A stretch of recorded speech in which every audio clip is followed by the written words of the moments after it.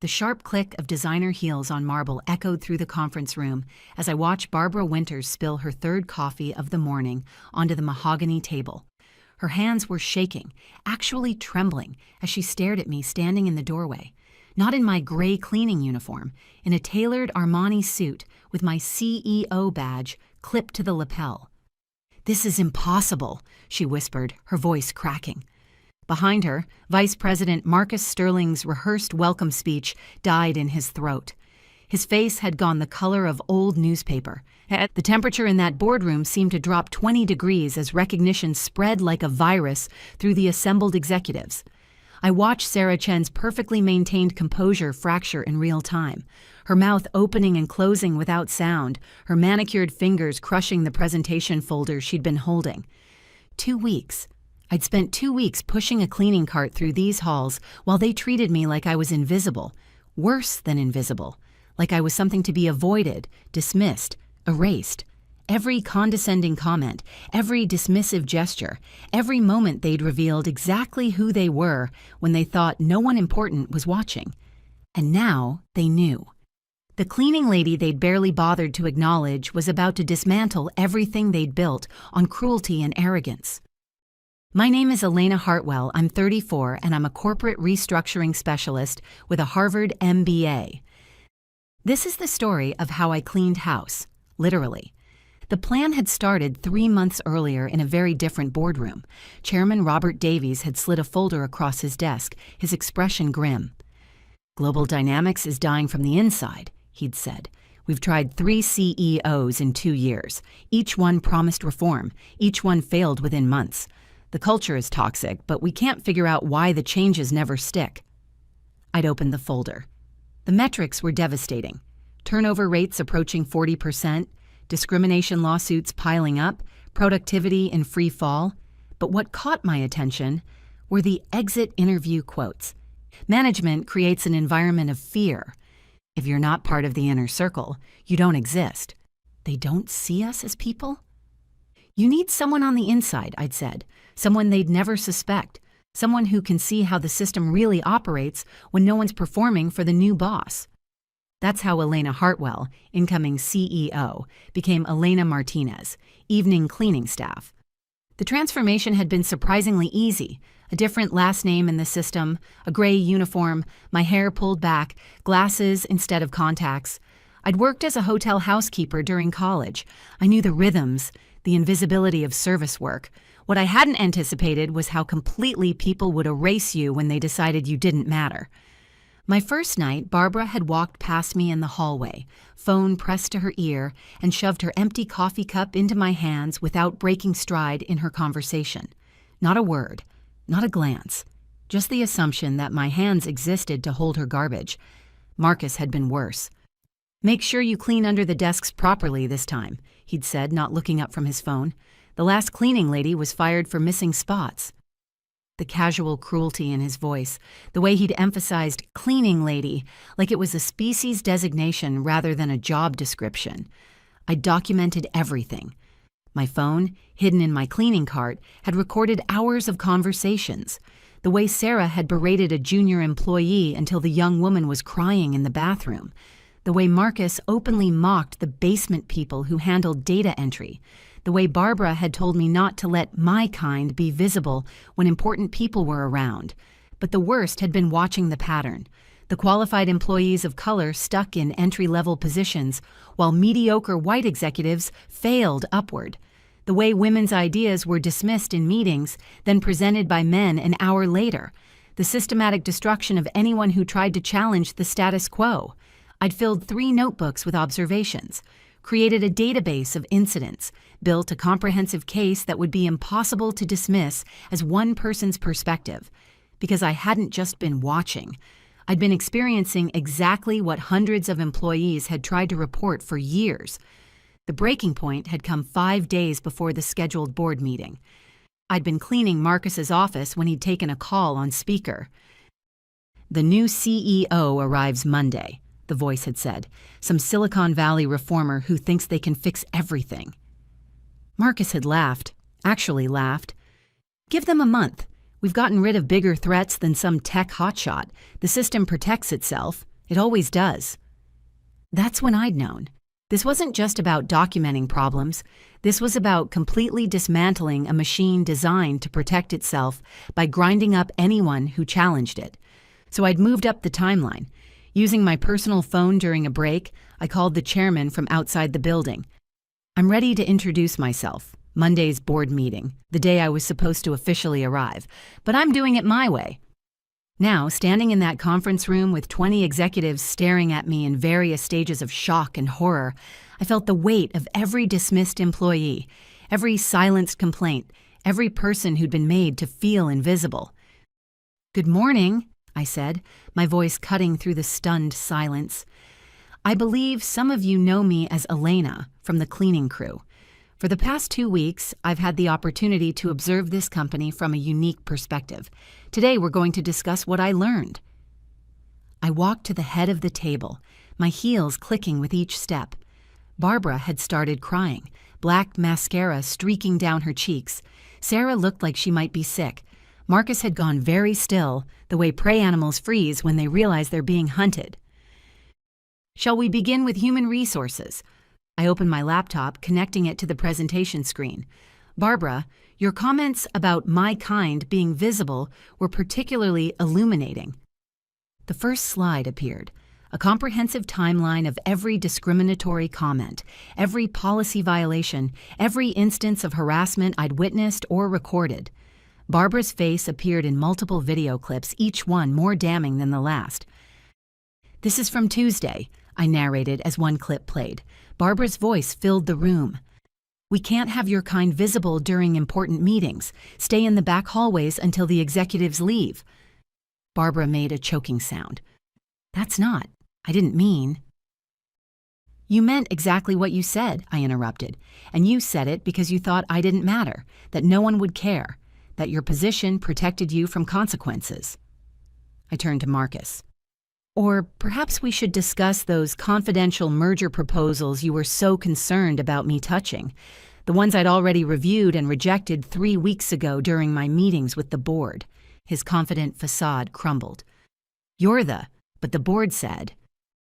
"The board hired me to assess why 3 previous CEOs failed to reform this company. They gave me carte blanche on methodology. I chose to start from the bottom because that's where the truth lives. And Marcus, your brilliant strategy for aggressive acquisition would have bankrupted 3 smaller companies and cost 4,000 jobs while padding your bonus structure." Sarah had recovered enough to attempt damage control. "Miss Hartwell, I'm sure if we'd known." "If you'd known I was the CEO, you would have performed. That's exactly the problem. You have a version of yourselves you show to people you respect and a completely different version for everyone else. The question is, which version is real?" I clicked to the next slide, the organizational chart with red lines through multiple executive positions. "These are terminations effective immediately. Barbara, your last day is today. Your severance package is contingent on signing an NDA and participating in an exit interview with our legal team." Barbara's crying intensified into gasping sobs. 2 board members led her from the room. "Marcus, your position as vice president is eliminated. Your responsibilities will be distributed among the junior analysts you've spent years belittling. You know, the basement people who actually understand the data you routinely ignored." Marcus's face had gone from gray to red. "You can't do this. My contract." "Your contract has a morality clause. We'll be in touch with specifics, but I'd recommend consulting with an attorney, a good one." Sarah raised her hand slightly like a student afraid to draw attention. "And me?" "You're being transferred to customer service. 6 months of direct interaction with the people you've been marketing to might provide valuable perspective. After that, we'll reassess." The next hour was systematic demolition. Every executive who'd made my 2 weeks miserable faced specific documented consequences. Every discriminatory practice was exposed and eliminated. Every systemic barrier was identified and addressed. But I also did something else. I pulled up files on 15 employees currently working in entry-level positions. Janet Coleman, I announced, currently working in maintenance. Master's degree in human resources, 8 years of experience, couldn't get past the initial screening because Barbara personally rejected every application from candidates who didn't fit the culture. Janet, you're our new HR director. Report Monday at 8 a.m. The room erupted in shocked murmurs. I continued through the list. Qualified, experienced professionals who'd been systematically kept out of positions they were overqualified for. These are the people you made invisible, I said to the remaining executives. These are the people you dismissed without a second thought. And these are the people who are going to rebuild this company while you figure out whether you're capable of change. Chairman Davies caught my eye from across the room and gave a single approving nod. The same measured gesture he'd given when I'd first proposed this unconventional approach 3 months ago. The days that followed were chaos. Executive resignations poured in, LinkedIn profiles were hastily updated, legal threats were made and quietly withdrawn when faced with my documentation. Marcus's attorneys attempted to negotiate around the morality clause, but after reviewing the documented evidence, they advised him to accept the termination without further contest. But something else happened. The silence that had permeated the lower floors began to lift. People started speaking up in meetings. Ideas that had been dismissed for years suddenly got heard.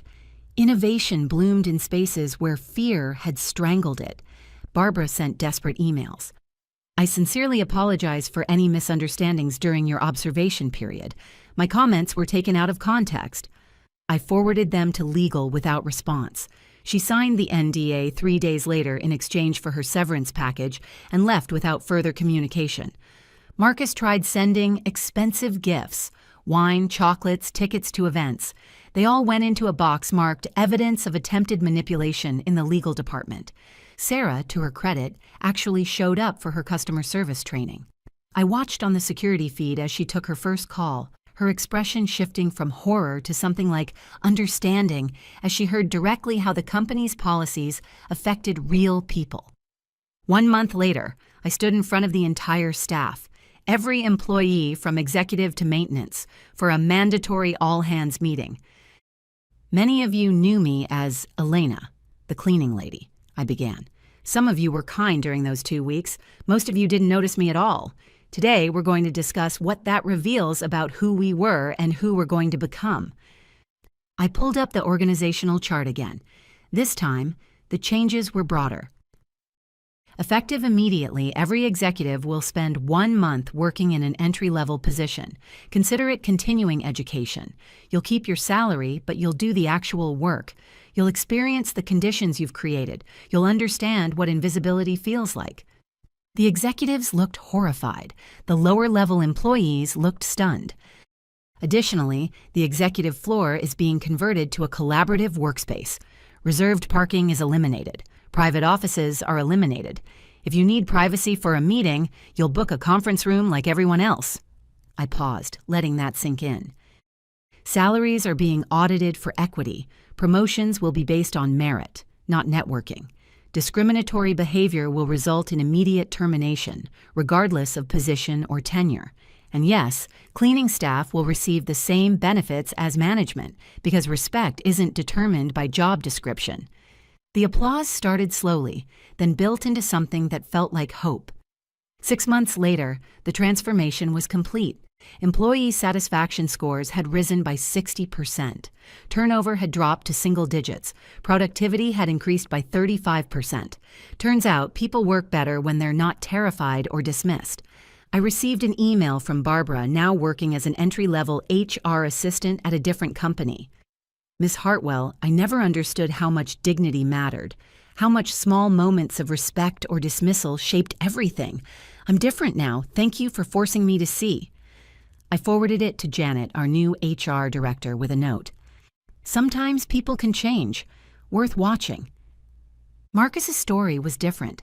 He'd lasted 3 days in data entry before resigning. Last I heard, he was consulting for a company that valued his old-school approach. Some people prefer the comfort of familiar systems, even broken ones. But Sarah surprised everyone. She excelled in customer service, then moved into customer experience design. She'd published an article about learning empathy through forced perspective shift. She'd become an advocate for the very changes she'd initially resisted. The business magazines loved the story.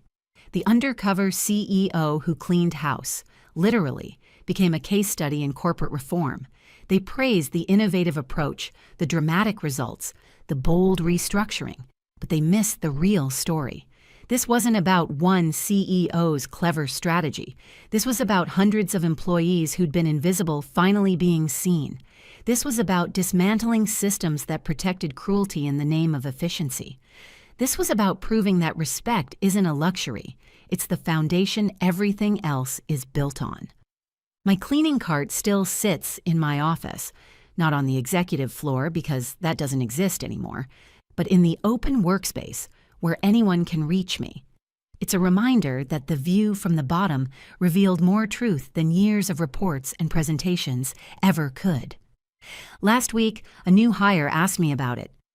Why do you keep a cleaning cart in your office? I thought about Barbara's tears, Marcus's shock, Sarah's transformation, about Janet's master's degree finally being recognized, about all the people who'd been dismissed and were now thriving. It reminds me, I said, that the most important perspective sometimes comes from being invisible, and that real change doesn't come from the top down. It comes from understanding what it feels like at every level. She nodded, but I don't think she fully understood. Not yet. Maybe someday she'll be in a position where she needs to make a choice. Maintain a system that benefits her, or tear it down to build something better. When that moment comes, I hope she remembers the cleaning cart. I hope she remembers that every person she interacts with has a story, a skill set, a dignity that deserves recognition. I hope she remembers that real leadership isn't about protecting your position. It's about seeing people others have made invisible. Because that's the lesson those 2 weeks taught me. Not that people are cruel when they think no one's watching. I already knew that. But that they're also capable of change when forced to confront their own blindness, that systems can be broken and rebuilt, that respect, once demanded and enforced, can become culture. The company I inherited was dying. The company I built in its place is thriving. But more than that, it's becoming a place where people don't have to be invisible to survive. And sometimes, late at night when I'm the last one in the office, I push that cleaning cart down the empty hallways, remembering every dismissive comment, every moment of casual cruelty, every instance of erasure, but also remembering Janet's face when I offered her the HR director position, remembering the junior analyst's shock when they were given real responsibility, remembering Sarah's genuine transformation from tormentor to advocate. That's what makes the victory real. Not the executives I fired, but the people I elevated. Not the system I destroyed, but the one I built in its place. Not the revenge I took, but the respect I demanded. If you're reading this and feeling that knot in your stomach because someone at work makes you feel invisible, insignificant, or inferior, I see you. That feeling isn't paranoia. It's pattern recognition. Trust it, document it, and know that systems that protect cruelty can be dismantled by people brave enough to demand better. Before you go, here's a quick bonus for sticking around. If you love learning and growing like I do, you need to try audiobooks. I've got an exclusive deal with Audible. Your first month is completely free. That's access to over 500,000 titles, zero cost to you. All the details are waiting in the description. Don't miss this one.